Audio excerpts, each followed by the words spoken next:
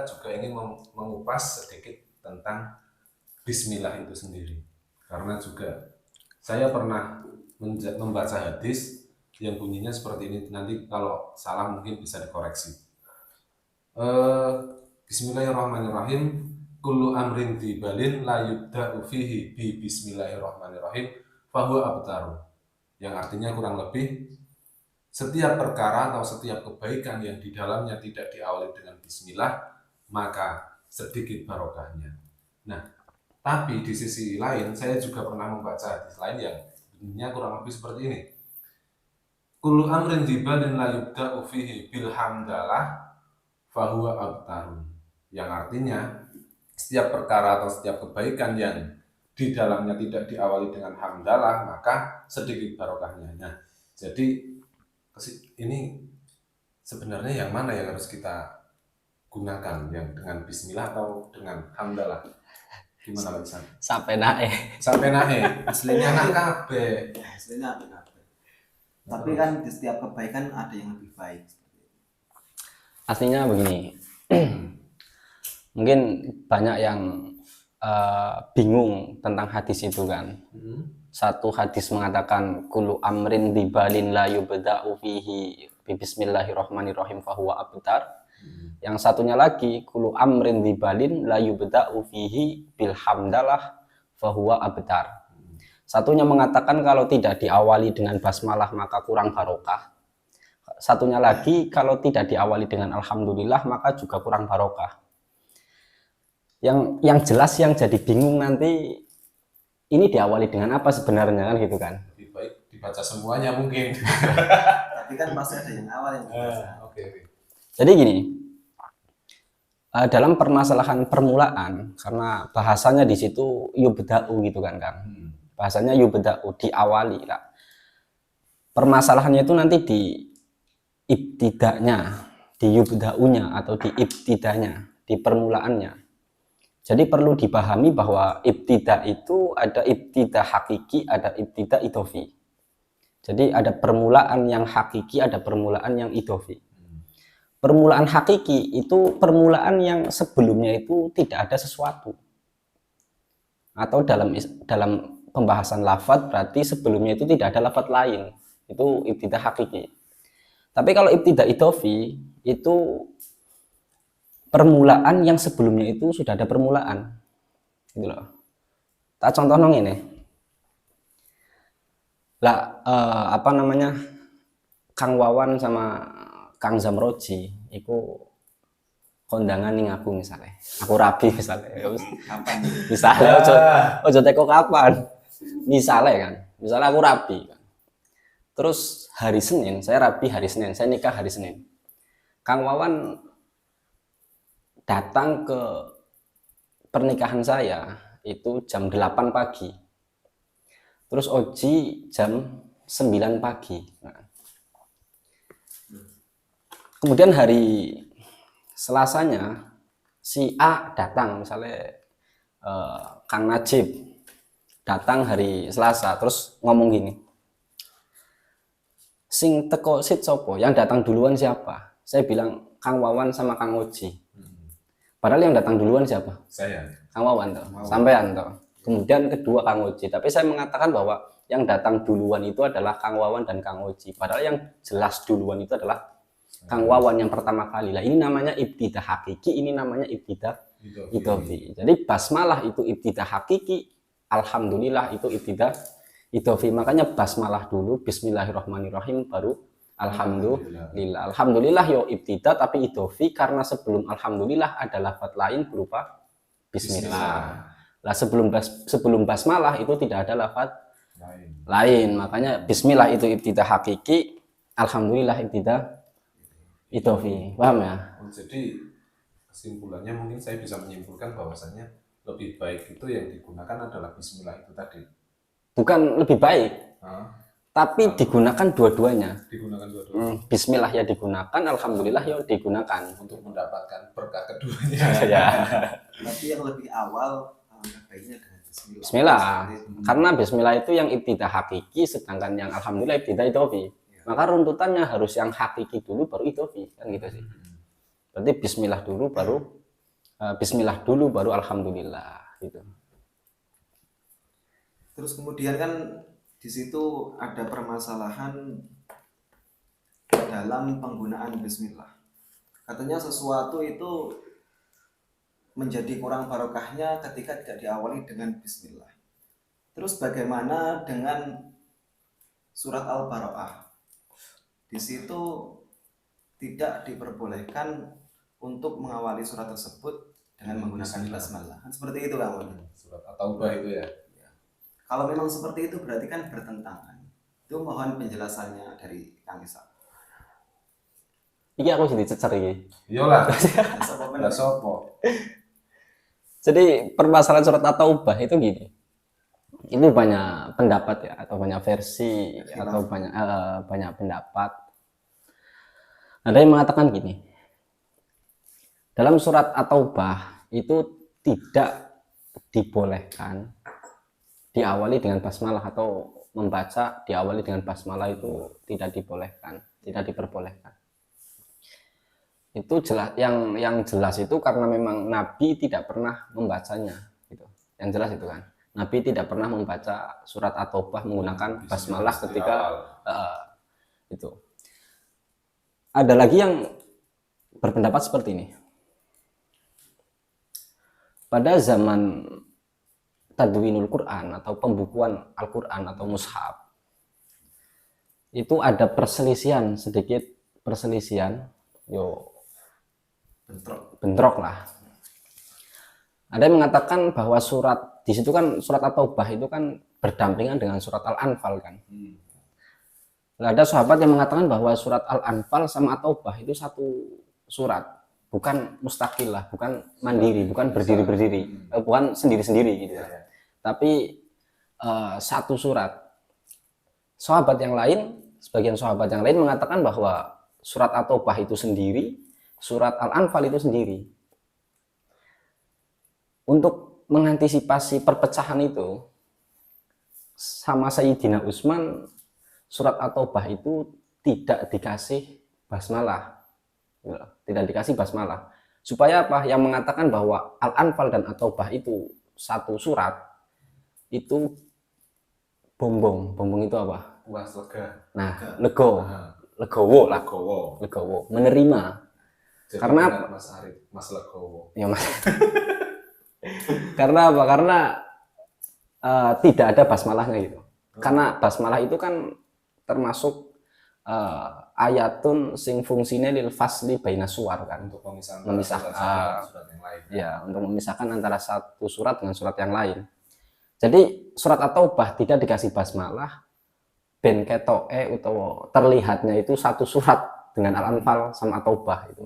Jadi yang mengatakan At-Taubah sama Al-Anfal itu satu surat menerima. Kemudian yang mengatakan bahwa At-Taubah sama Al-Anfal itu surat berbeda, sendiri-sendiri, At-Taubah ya sendiri, Al-Anfal sendiri. Mustaqilah itu kan. Ya. Itu juga menerima. Kenapa? Karena nama suratnya beda. Satu Al-Anfal, satu At-Taubah. Meskipun nggak ada basmalah gitu. Itu seperti itu. Kemudian ada lagi yang berpendapat seperti ini. Basmalah itu mengandung rahmah. Rahmat itu yo aman, jelas kan? Aman. Karena rahmat itu Allah kasih sayang, aman.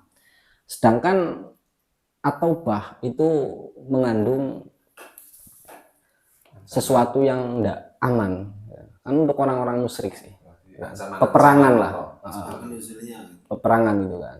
Jadi tidak aman. Perang kan tidak aman. Basmalah aman. Maka yang aman tidak, iya jelasnya itu bertentangan kan. Maka yang aman tidak diberikan kepada yang tidak aman. Ada lagi yang berpendapat bahwa kenapa kok tidak menggunakan basmalah? Ini melihat orang Arab, kebiasaan orang Arab. Orang Arab itu kalau memutus perjanjian itu tidak menggunakan basmalah. Surat memutus perjanjian itu loh. Surat memutus perjanjiannya itu tidak menggunakan basmalah, langsung surat keputusan apa jenis memutus perjanjian gitu ya. Nah, surat At-Taubah juga memutus perjanjian kepada orang-orang musyrik itu. Karena melihat kebiasaan orang Arab seperti itu, ketika surat At-Taubah itu untuk memutus perjanjian dengan orang-orang musyrik, maka juga tidak menggunakan basmalah. Tapi sing luwih mantep ya menurut saya, karena Nabi tidak pernah membaca basmalah pada awal surat Baroah itu atau surat At-Taubah itu. Membaca surat At-Taubah Nabi tidak pernah mengawali dengan basmalah. Itu dilihat dari para ahli kiroah dalam kiroah sab'ah ataupun kiroah asyroh, itu tidak ada yang membaca surat At-Taubah menggunakan basmalah. Nah, dari sini kan berarti ada kesepakatan kan bahwa Nabi tidak pernah membaca basmalah ketika di awal surat membaca surat At-Taubah gitu. Terus bagaimana ketika di tengah-tengah surat Al-Baqarah, apakah di situ diperbolehkan untuk membaca basmalah? Di mana? Di pertengahan surat.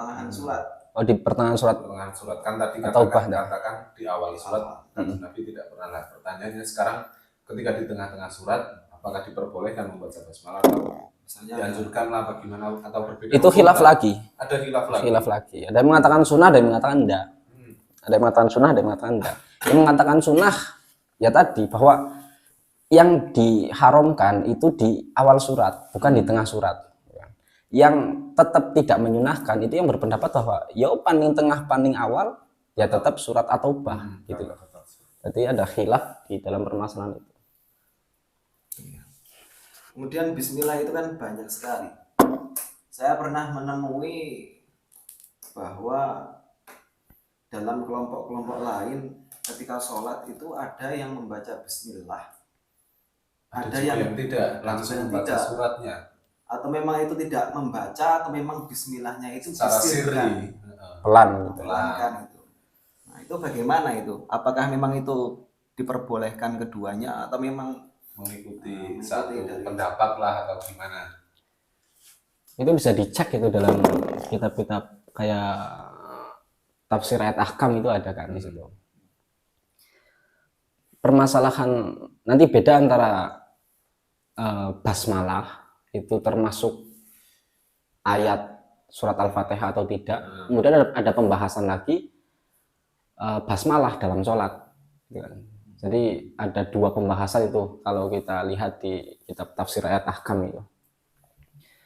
Jadi awalnya itu memang berangkatnya dari permasalahan itu bahwa basmalah itu hal min ayatil Fatihah amla. Apakah basmalah itu termasuk ayat dari Fatihah atau tidak? Nanti masuk ke dalam sholatnya itu hukum membaca basmalah dalam sholat. Kalau melihat dalam tafsir itu ayat ahkam itu, bahwa basmalah dalam Fatihah kalau menurut madhab Syafi'i itu termasuk ayatun min ayatil Fatihah. Termasuk ayat Al-Fatihah. Basmalah itu termasuk ayat dari surat Al-Fatihah dan awal surat-surat yang lain. Jadi yo An-Nas, yo Al-Falaq, yo itu basmalah termasuk di situ. Yo ayat Fatihah, yo ayat min kulli surah. Iya. Tapi kalau menurut Malikiyah itu laisat ayatan la minal Fatihah wala min syai'in min kulli suwar. Jadi bukan termasuk ayat Fatihah, ya bukan termasuk ayat dari surat-surat yang lain. Itu pendapat mazhab Maliki atau pendapat Imam Malik. Kalau pendapatnya Imam Abu Hanifah itu basmalah itu ayatun sing tamatun. Jadi ayat yang sempurna yang fungsinya itu ya tadi memfasal atau memisah baina suwar antara surat satu dengan surat yang lain. Itu Abu Hanifah. Nanti dari situ muncul tadi permasalahan dalam sholatnya. Kalau Imam Syafi'i mengatakan bahwa basmalah itu termasuk ayat Fatihah, termasuk ayat Fatihah. Karena basmalah itu termasuk ayat Fatihah, lah Fatihah itu kan termasuk min arkani sholat kan, termasuk rukunnya sholat. Nah kalau basmalah tidak dibawa, berarti kan ada satu ayat Fatihah yang tidak dibawa. Berarti apa? Fatihahnya kurang satu ayat, maka tidak sah ketika itu terjadi. Makanya dalam Syafi'iyah wajib membaca basmalah. Sebenarnya bukan membaca basmalahnya, tapi membaca Fatihah. Yang mana? Nah, yang mana di dalam Fatihah itu ada ayat Bismillahirrahmanirrahim. Bismillahirrahmanirrahim itu, maka hukumnya menjadi wajib membaca basmalah di dalam sholat munggu Imam Syafi'i atau madhab Syafi'i. Nah kalau madhab Maliki itu malah bahasanya dalam tafsir ayat ahkam itu man'u. Jadi iya dicegah untuk membaca basmalah. Tapi kasusnya di dalam sholat maktubah. Sholat fardu. Tapi kalau dalam sholat Nah, sunnah itu bahasanya wa ajaza fi nafilah. Jawa sih. Diperbolehkan. Iya, dalam itu Maliki, madhab Maliki dalam sholat sunnah dibolehkan, tapi dalam sholat Fardu wajib tidak dibolehkan. Justru Iya. mampu tercegah. itu Maliki malah mencegah membaca basmalah dalam sholat wajib, tapi diperbolehkan dalam sholat Sunnah. sunnah. Itu madhab Maliki. Kalau madhab Syafi'i tadi, jadi bahasanya yaqra'uha wujuban, gitu kan. Wajib membacanya. Dalam wajib membaca itu basmalah dalam sholat jahar yo jahar, dalam sholat yang sir ya sir. Nah, jadi sing sholat mengeraskan suara koyo isya maghrib isya subuh yo keras, zuhur asar yo pelan, itu Syafi'iyah. Tapi nek Malikiyah tadi kan jelas tidak boleh, kan tercegah man'u bahasanya membaca basmalah dalam sholat wajib, bukan dalam sholat sunnah. Kalau kayak Imam Abu Hanifah itu boleh membaca, bahkan dibilang hasan, bagus, tapi secara sir, pelan, dalam sholat apapun. Tidak sampai wajib kah? Nggak sampai. Tidak sampai. Kalau Ahmad bin Hambali itu juga sama, boleh tapi sir, gitu. Boleh tapi sir, menggunakan basmalah dalam sholat itu dibaca tapi secara sir. Jadi kalau tadi menemukan orang-orang yang sholat tidak membaca basmalah, itu kemungkinan madhab Maliki. Husnudzuoni saja. Madhab Maliki kan, madhab Maliki. Kalau apa namanya bacanya pelan, berarti tadi Hanafiyah atau Hambaliyah, gitu. Kalau Syafi'iyah ya jelasnya baca kan, Syafi'iyah. Terus untuk orang-orang yang memang mengklaim orang lain itu, oh ini seperti ini, oh ini kok nggak baca. Ternyata yang mengklaim seperti itu salah, itu berarti orang tersebut memang yang belum tahu hukum-hukum dalam membaca bismillah dalam Sholat. Ya kadang kan karena kita nggak tahu, justru kita malah sering menyalahkan orang lain. Nah, itu kan yang bahaya, padahal ternyata keilmuan kita yang belum sampai sana. Itu yang berbahaya sebenarnya, seperti itu. Ya, saya simpulkan ini. Ulama yang berpendapat bahwa basmalah itu ayatun min ayatil Fatihah, termasuk ayat Fatihah, itu maka wajib membacanya di dalam sholat. Kalau yang tidak berpendapat yang berpendapat bahwa basmalah itu bukan termasuk ayat Fatihah, maka membaca basmalah dalam sholat sunnah, dalam sholat itu hukumnya sunnah, kecuali Malikiyah. Karena Malikiyah itu mencegah, malah mencegah. Gitu. Gampangnya gitulah. Nah, sing wajib kalau yang mengatakan basmalah itu termasuk ayat Fatihah, berarti dalam sholat wajib membaca basmalah. Kalau yang berpendapat bahwa basmalah itu tidak termasuk ayat Fatihah, maka sunnah membacanya dalam sholat. Tapi itu selain madhab Malikiyah, karena Malikiyah tadi man'u, mencegah membaca basmalah dalam sholat. Nah, terus begini, kadang kan juga ada orang yang justru memulainya bukan dari bismillah, tapi dari ta'awud. A'udzubillahi minasyaitonirrajim, bismillahirrahmanirrahim. Ada pandangan bagaimana? Itu bisa dicek dalam Fathul Mu'in itu. Fathul Mu'in. Di Fathul Mu'in itu ada, di situ ada masuk ke dalam sunnah. Jadi ya sunnah membaca ta'awudz sebelum membaca basmalah itu. Tapi yo pelan, Tidak disamakan. Tidak dijaharkan, sir pelan. Jadi misalnya bacanya pelan dulu, a'udzubillahi minasyaitonirrajim. Baru kalau jahar bismillahnya jahar gitu. Ta'awudz itu sunnah. Gitu. Jadi setelah doa iftitah, baca ta'awudz, yo pelan seperti membaca doa iftitah. Kemudian baru baca Bismillahirrahmanirrahim secara jahar kalau sholat jahar. Gitu. Itu ta'awudz. Sunnah. Bismillah. Sebenarnya ilmu itu luas sekali kalau digali. Seperti itu. Permasalahan bismillah pun bisa detail seperti itu. Bahkan dalam permasalahan qiraatul Quran pun itu di apa namanya ya, dibahas pula permasalahan basmalah itu. Permasalahan membacanya itu loh.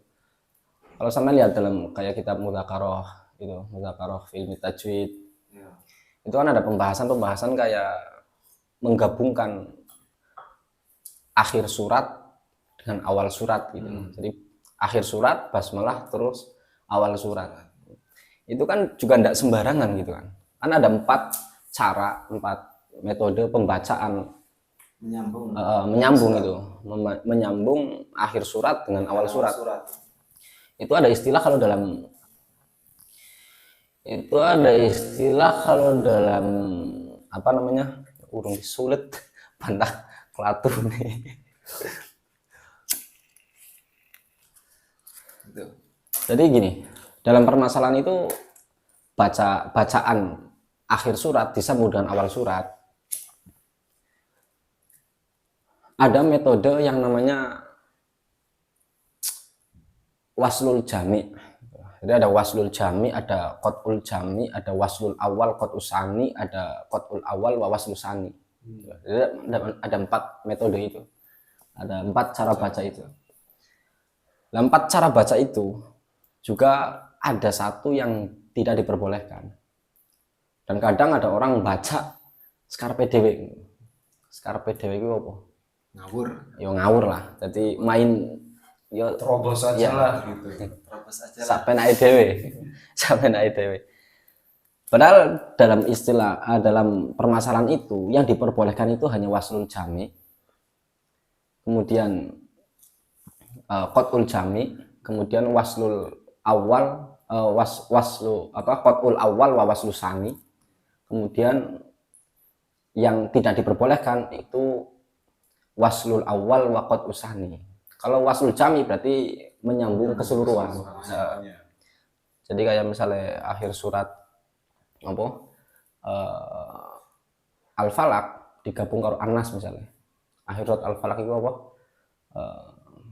Tidak hasad Ya itu kan apa, qul a'udzu birabbil falaq min syarri ma khalaq wa min syarri ghasiqin idza waqab wa min syarri nafasatil fil 'uqad wa min syarri hasidin idza hasad.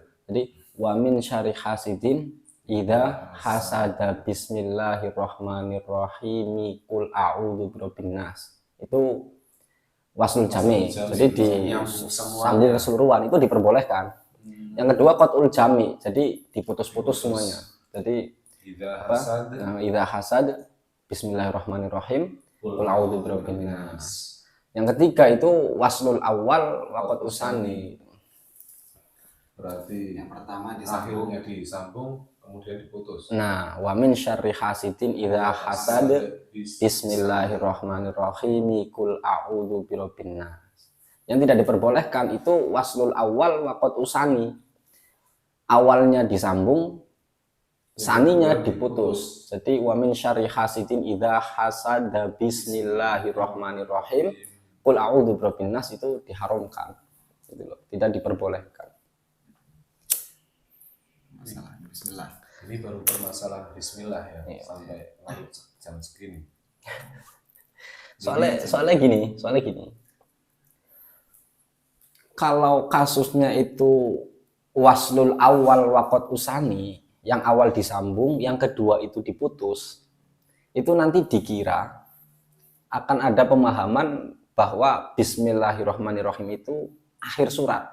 Bagian dari surat yang awal tadi. Ya, jadi wa min syarri hasidin idza hasada bismillahirrahmanirrahim, dikira bismillahirrahmanirrahim itu adalah akhir surat Al-Falaq gitu loh. Makanya tidak diperbolehkan cara baca seperti itu. Kan tadi sekilas tentang bismillah. Kan dari segi fikih tadi sudah, dari segi hadis sudah. Mungkin tajwid juga sudah. Apakah dari segi lafadz atau huruf-hurufnya itu juga bismillah itu memang tertata dan mempunyai makna-makna tersendiri, mulai dari baiknya tersusunnya lah, dari ilmu nahwunya atau ilmu sharafnya seperti itu. Dari mana dulu ini? Bismillah itu awal hurufnya kan Ba. ba. Ya. Nah, mungkin dari situ. Ah, Kenapa harus gini, ba? gini. Misalnya seperti itu. Gini. Soalnya gini. Dalam Bismillahirrahmanirrahim itu huruf awalnya kan ba. Ya. Bukan hamzah. Padahal lafzul jalalah sendiri kan awalnya hamzah kan. Hamzah. Allah kan hamzah toh. Atau di situ ada ismun kan hamzah toh. Ya. Tapi diawali ba. Itu hikmahnya kalau dalam kitab Is'adur Rafiq itu Syarah Sulamun Taufik, bahwa apa namanya, ba di situ karena dialasi karena manusia atau hambane Gusti Allah, itu huruf yang pertama kali diucapkan itu adalah ba. Ketika apa jiwa manusia itu sebelum dilahirkan itu, jiwa itu ditekoi, ditanya oleh Allah, alastu birabbikum gitu. Bukankah aku ini Tuhan kalian?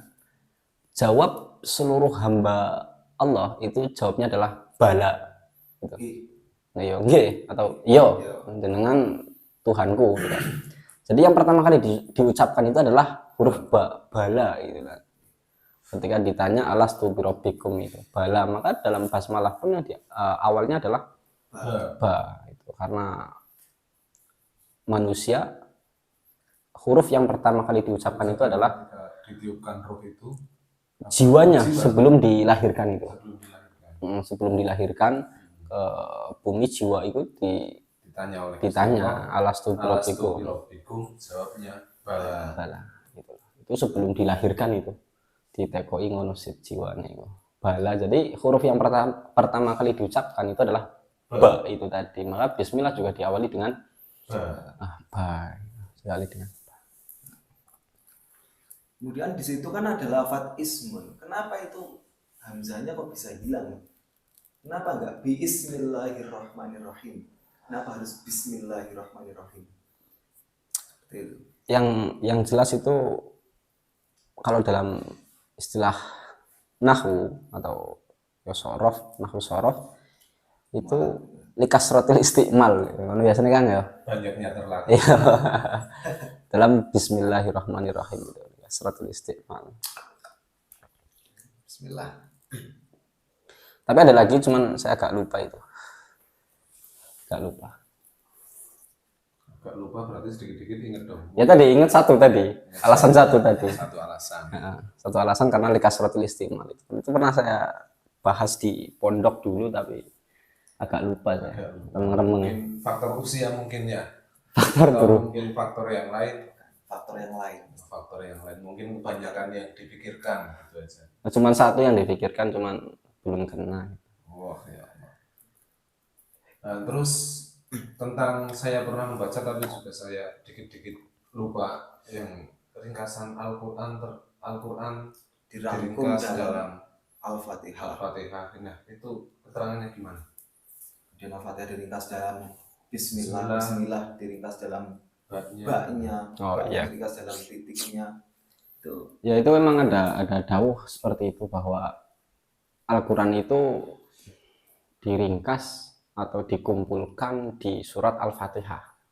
Maksudnya diringkas ini Ya apa? di maknanya itu. Maknanya itu dari Al-Quran itu maknanya diringkas atau dikumpulkan di Fatihah. Fatihah dikumpulkan di basmalah. Kemudian basmalah itu dikumpulkan di ba-nya. Itulah. Ba-nya itu maknanya al-isyari. Al-isyari itu tadi bikana makana wa biyakunu mayakun finuqtah gitu lah. Finuqtatiha. Ini kitab itu enggak apa jenenge Is'adur Rafiq. Kalau ada itu lebih ada itu sebelah pojok Mas Najib. lebih detail itu. Silakan dibukakan. biar nggak Iya. dikira mengada-ngada nih. Berarti kan memang ada dalilnya. Soalnya saya pernah mengkaji ini. Membacanya Cuman agak jelas. Biar Bismillahirrahmanirrahim. detail. Berarti Di jelas nah ini. di awal, di halaman-halaman awal. Jadi gini. Kita juga masih di awal. Jadi gini. Redaksi. Inna ma'anil kutubi jumi'at fil Qur'ani wa ma'anihi fil Fatihah wa ma'aniha fil basmalah wa ma'aniha fi ba'iha wa ma'naha al isyari wa huwa bikana makana wa biyakunu ma yakunu fi nuqtatiha. Jadi tadi bahwa makna-makna Al-Qur'an atau kitab-kitab itu dikumpulkan gini, inna ma'anil kutubi, makna sesungguhnya makna-makna kitab, makna-makna kitab-kitab itu jumi'at fil Qur'an, dikumpulkan di dalam Al-Qur'an. Nah, wa ma'anihi, apa makna-maknanya Al-Qur'an itu dikumpulkan di Fatihah, makna-maknanya Fatihah dikumpulkan dalam basmalah, makna-maknanya basmalah dikumpulkan dalam baknya. Lah makna bak sendiri wa maknaha tadi al-isyari. Al-isyari itu wa huwa bikana makana wa biyakunu mayakun fi nuqtatiha tadi. Jadi bikana makana sebab aku Allah, sesuatu yang ada menjadi ada, sesuatu yang akan ada menjadi ada gitu kan. Fi nuqtatiha. Jadi dalam titiknya baknya itu loh, dalam titiknya bak. Cuman kadang apa namanya kesalahan pemahaman itu kan masalah titik itu. Titiknya ya di bawah apa mana kan titiknya bak cuma satu lah, yang mana apa titik itu di bawah bak itu? Nah itu dijawab di sini. Silakan. Jadi gini, banyak yang salah paham atau salah pemahaman mengenai nuktohnya itu, titiknya itu, bahwa bak nanti berada di dalam titiknya. Yang dikira di bawah bak itu tadi. Dikira titik bak yang di bawah itu. Padahal titik bak yang di bawah itu adalah buatannya Abul Aswad Ad-Du'ali gitu kan. Buatannya Abul Aswad Ad-Du'ali, bukan yang berada dalam Lauh Mahfuz itu. Bukan. Atau bukan yang diturunkan kepada Nabi itu. Bukan. Karena pas mudun tulisan sebelum tulisan pas zaman Nabi yoga ini titik itu. Berarti bak itu Nggak sama ada, semuanya. yang nitiki, yang kasih nuktoh, kasih titik itu Abdul Aswad Ad-Du'ali. Sebagai tanda. Jadi ketika mengatakan bak terdapat dalam titiknya, itu bukan titik yang di bawahnya bak. Oh, bukan itu ya. Bukan itu. Jadi orang nulis itu kan pasti nitik dulu kan. Nah, jadi mengawali dulu. Ya, jadi nah titik awal ini loh. Nah, gitu. Ini titik ininya nih, titik di ternyata titik dari awal menulis itu. Iya, awal menulis tadi. Orang nulis awal kan pasti gini dulu kan. Seret. Nah, ini ya, atau begini gini. Nah, kan gitu kan, nulis gitu kan. Gitu. Bukan titik yang di bawahnya bak itu bukan, tapi titik yang awal menulis itu. Nah, gitu. Nulisnya, awal nulisnya. Karena maknanya tadi isyari, makanya dalam di sini pun juga disinggung kayaknya kalau tidak salah. Lah ini. Jadi kesalah pemahaman itu. Lalati tahtaha itu. Jadi maksud dari tadi nuktohnya tadi ya jadi awal nuktoh. Awal nitik itu loh. Ketika mau nulis bahkan nitik dulu baru jalan kan. Orang nulis kan pasti nitik dulu baru jalan. Itu awalun nuktoh sing tunazzalu minal kolam yang yustamadu minha al khottu lalat di tahtaha, bukan titik yang di bawahnya ba itu. Karena kan pemahaman orang-orang yang namanya titik ya di bawahnya itu kan. Bukan, di sini malah disinggung jelas sore sekali nih, lalati tahtaha, bukan titik yang di bawahnya ba itu, bukan titik yang di bawahnya ba. Kama tuwuhima di sini, kama tuwuhima. Jadi apa? Yo akeh sing banyak yang salah paham, itu banyak yang salah paham dalam permasalahan nuktohnya itu, titiknya ba itu banyak yang salah paham, dikira apa namanya yang di bawahnya itu titik yang di bawah ba. bukan itu. Terus yang saya senang dalam kitab ini juga ada apa namanya kayak keutamaan gitu loh, keutamaan basmalah gitu kan, keutamaan basmalah, termasuk yang bikin contoh kecil yo hikayahnya itu siapa, Sayyidina Khalid bin Walid itu. Jadi sahabat Khalid bin Walid itu ketika beliau hasoro itu ngepung ngepung apa? Ya ngepung. Bung. Ya ngepung lah. ngepung musuh. Mengelilingi benteng pertahanan musuh. Itu sama musuhnya, sama pemimpin musuhnya atau orang kafirnya. Itu ditanya seperti ini. Apakah kamu menyangka bahwa agama Islam itu agama yang hak? Nah, jadi atazamu anna dinal Islam hakun gitu. Apakah kamu menyangka bahwa agama Islam itu hak? Kalau hak maka fa'arina ayatan. Maka tunjukkanlah atau perlihatkanlah kepada kami sebuah ayat, sebuah bukti bahwa agama Islam itu adalah hak. Nah, sahabat Khalid bin Walid itu kemudian meminta racun tapi yang mematikan gitu loh. Racun sing mematikan. Tes. Ngetes. Akhirnya diberi racun yang mematikan itu, kemudian diambil oleh sahabat Khalid bin Walid. Sebelum minum beliau membaca Bismillah tadi. Dalam riwayat ada Bismillahirrahmanirrahim, ada yang mengatakan Bismillahilladzi la yadurru ma'asmihi syai'un fil ardi wala fis sama'i wa huwas samiul alim. Membaca itu kemudian diminum. Dan racun itu enggak ngefek sama sekali ke sahabat Khalid bin Walid itu, enggak ngefek sama sekali itu. Yang akhirnya orang-orang kafir itu mengatakan, "Oh iya, ternyata agama Islam itu hak gitu kan." Karena tadi baca bismillah menyebut nama Allah tadi, sesuatu yang tadinya berbahaya tidak berbahaya. Makanya tadi bacaannya bismillahilladzi la yadurru ma'asmihi syai'un fil ardi wala fis sama'i wa huwas samiul alim. Bismillah itu Testimoninya langsung. nah iya real secara itu mujarobah itu bisa dicoba ya, serius ya. Kalau mau mencoba Mas Aji, Dalam kitabnya itu tadi wakwat juriba itu lah yo, kalau kita ngaji nahu kan kalau ada fi'il mati masukkan kod kan faedahnya tahqiq kan. Tahqiq berarti kan yo memang benar-benar sudah dicoba itu. Makanya saya pernah dikasih ijazah itu baca itu 3 kali setiap sholat itu bismillahilladzi la yadurru ma'asmihi syai'un fil ardi wala fis sama'i wa huwas samiul alim gitu. 3 kali setiap sholat.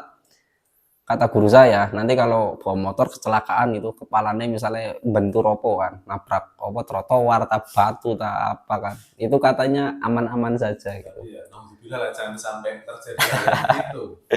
Tapi mungkin kalau mencoba racun, Mas Oji bisa dikasih kapan-kapan ya. Nah iki lo, gak makan racun, gak ngombe racun, bewis koyo keracunan deh. Tapi kembali lagi ke permasalahan kita tadi. Kan kita yang bermadzhab Syafi'i itu apakah diperbolehkan berganti-ganti cara pembacaan bismillah tadi? Misalnya sekarang kita sholat itu pakai madzhab Syafi'i. Kemudian sholat lagi kita pakainya mengikuti madzhab Hanafi, Hambali, bahkan Maliki. Jadi pindah-pindah gitu loh. Tidak konsisten dengan madzhabnya.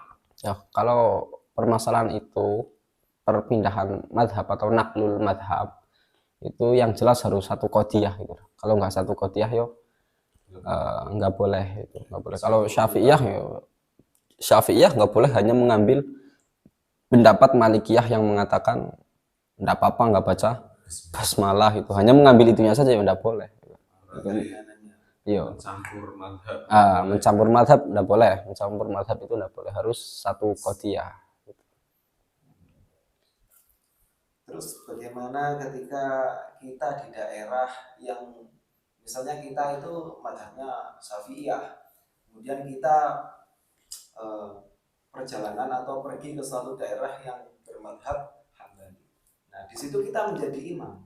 Apakah kita menggunakan madhab kita sendiri yaitu Syafi'iyah dengan menjaharkan basmalah atau kita menyesuaikan kondisi masyarakat di sana, menyesuaikan atau kondisional sesuai dengan madhab yang di daerah masyarakat tersebut. Sholat dewe paling aman wes. Sholat dewe, gak usah jamaah. Sholat dewe. Karena dalam permasalahan jamaah itu sampai makmum kepada madhab Maliki yang tidak membaca basmalah itu nggak sah sholat. Nggak sah sholatnya. Syafi'iyah makmum karo imam sing madhab Maliki yang tidak membaca basmalah, maka ndak sah. Kenapa ndak sah? Karena imamnya ndak baca basmalah. Ya. Sedangkan kita Sedangkan di madhab kita, di madhab Syafi'iyah itu wajib membaca basmalah. Berarti siapapun yang tidak baca basmalah, gue Syafi'iyah, menurut Syafi'iyah tidak sah. Nah, makanya ketika madhab Syafi'i atau orang-orang Syafi'iyah itu bermakmum kepada orang Malikiyah, itu tidak sah. Jamaahnya, sholatnya tidak sah. Bukan jamaahnya lagi, sholatnya tidak sah. Kenapa? Karena mengikuti imam yang tidak membaca basmalah, yang mana di basmalah itu diwajibkan dalam madhab Syafi'iyah gitu loh. Jadi kalau tahu itu madhab Malikiyah, ya mending sholat dewe. Kalau tetap ikut jamaah, yo gak sah. Tapi nek sampean sing dadi imam, sampean sholatnya sah, sampean aman-aman wae. Cuman kok makmumnya bubar. Makmumnya bubar. Gitu. Berarti bismillah itu dalam setiap kondisi dibaca itu disunahkan seperti itu. Maksudnya? Biasanya dalam setiap kondisi di mana di situ ada kebaikan. Oh, balik meneh iki, sing mau kulo amrin di Bali niki. Enggak, jadi ketika ke sesuatu yang dibalin saja. Sesuatu yang baik saja. Jadi basmalah itu dibaca dalam perkara yang sunnah menjadi sunnah, dibaca pada perkara yang haram, dzatiyah haram, yang dzatiyah haram kan koyo zina, minum khamar, mencuri, bismillahirrahmanirrahim itu secara dzatiyah itu kan sudah haram. Membaca basmalahnya haram. Juga. Nah, jadi itu haram dzatiyah, bukan sebab sesuatu yang baru. Kalau sebab sesuatu yang baru, maka tetap disunahkan. Contohnya wudu kan dibalin toh, sesuatu yang baik, memiliki kebaikan, itu wudu. Lah wudu itu menjadi haram ketika yang digunakan adalah air ghosob, ya toh, dalam fikih kan gitu. Wudu menggunakan air ghosob, wudune haram, lakukan wudunya haram. Tapi karena wudu, hukum wudu yang haram itu disebabkan airnya yang ghosob, berarti kan keharamannya itu bukan dzatiyah kan, tapi karena sesuatu yang baru, yakni air ghosoban, maka tetap disunahkan membaca basmalah. Dalam perkara makruh, basmalah juga makruh dibaca. Dalam perkara makruh ya basmalah makruh dibaca. Nah, dalam perkara wajib ya wajib dibaca. Contohnya tadi sholat, Fatihah dalam sholat wajib baca basmalah. Jadi basmalahnya menjadi wajib. Jadi basmalah itu bisa dibaca, hukumnya sunnah, bisa haram, bisa makruh, bisa wajib. Tergantung permasalahannya tadi. Kondisional. Iya, tergantung permasalahannya tadi. Kalau permasalahannya perkara sunnah, maka menjadi sunnah. Permasalahannya perkara wajib menjadi wajib. Kalau haram jadi haram, tapi haram dzatiyah tadi ya, menjadi haram dan seterusnya tadi yang saya katakan tadi.